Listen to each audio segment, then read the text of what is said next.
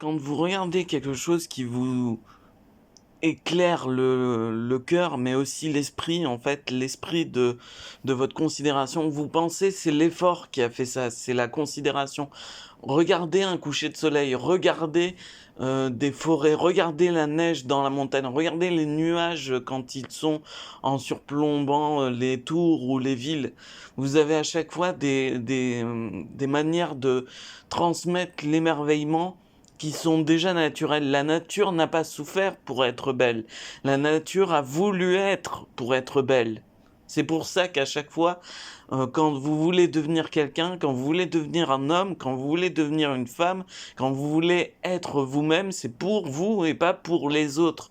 C'est pour vous que vous voulez être cette qualité représentée. C'est par cette force que vous avez la condition de pouvoir changer les choses.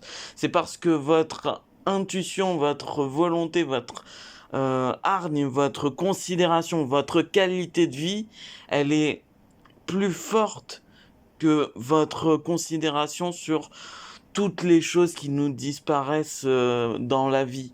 Le corps est éphémère, mais l'esprit, lui, l'état d'esprit, lui, il est en train de cumuler l'équilibre d'incarnation en incarnation, de réincarnation en réincarnation. C'est pas que les êtres humains, c'est de l'égocentrisme si on dit que c'est que les êtres humains. C'est comme dire que les chats, les chiens et les oiseaux n'ont pas eu de leur vie et leur génétique.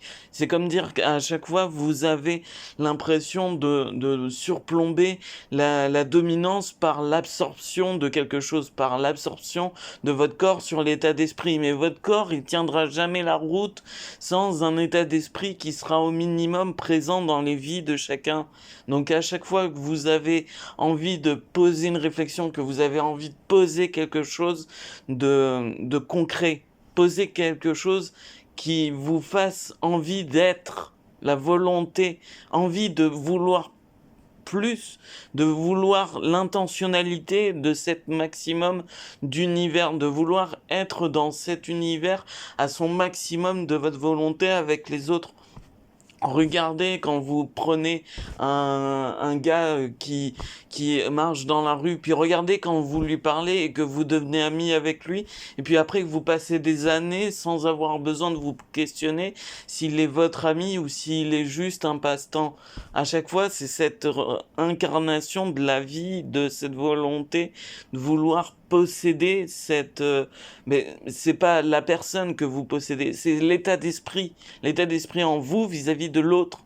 Et donc à chaque fois, quand vous avez quelqu'un et quelque chose qui vous appartient, vous savez que cette façon de concrétiser le monde, c'est ça la beauté de ce qui vous paraît être le travail. Vous avez l'impression que la torture dans les Seconde Guerre et dans les premières guerres, ça a été les meilleures effusions de sang qu'il y ait eu. C'est horrible de dire que la torture de cette origine-là devient le travail et l'effort de la construction. C'est votre intentionnalité, vous la transmettez à votre façon.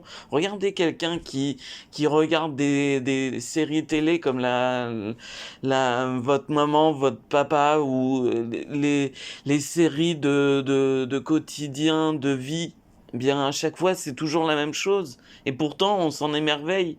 Et c'est pas parce que on regarde ça qu'on devient régressif vis-à-vis de notre personnalité. On devient meilleur parce que notre qualité de vie, elle est sur ce fondement. Le fondement de toujours avoir en tête que notre maximum, il est encore en train d'évoluer. Même si vous pensez atteindre la limite de votre maximum, imaginez le suivant.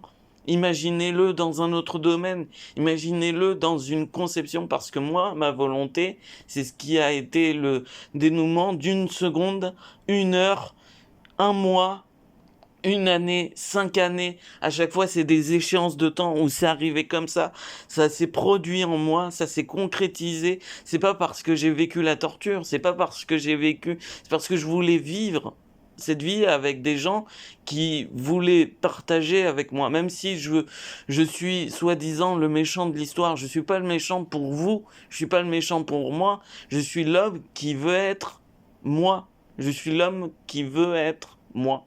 Et donc c'est pour ça que vous n'avez pas à considérer la justice ni même aucune catégorie de métier comme étant votre appropriation de qualité de vie, juste parce que vous le pensez.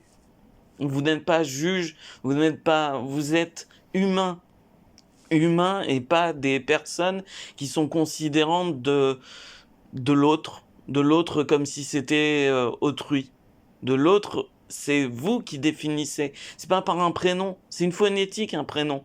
Une phonétique, ça n'est que comme les agencements de nos phrases, de nos intentionnalités. Si votre énergie est représentée que par la phonétique, ben alors vous avez toutes les musiques pour vous impressionner dans le maximum de la phonétique.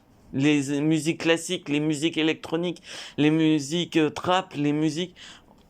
Je vais reprendre pour finir cette phrase. Tu as donné des sens à mes pourquoi. C'est de Amir. Tu as donné des sens à mes pourquoi.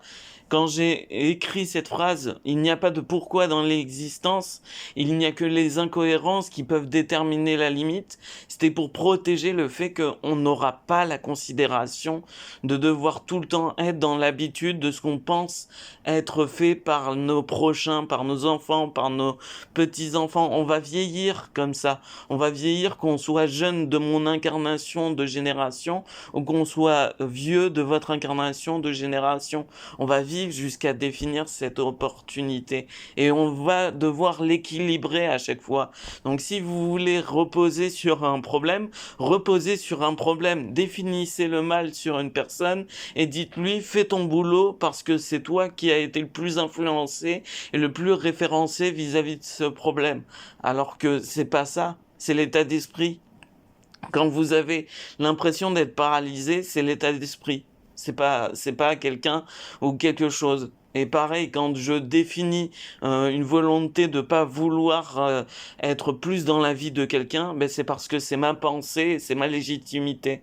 Donc votre légitimité à vous, c'est d'avoir votre propre moi conscient en train de définir les limites de la vie.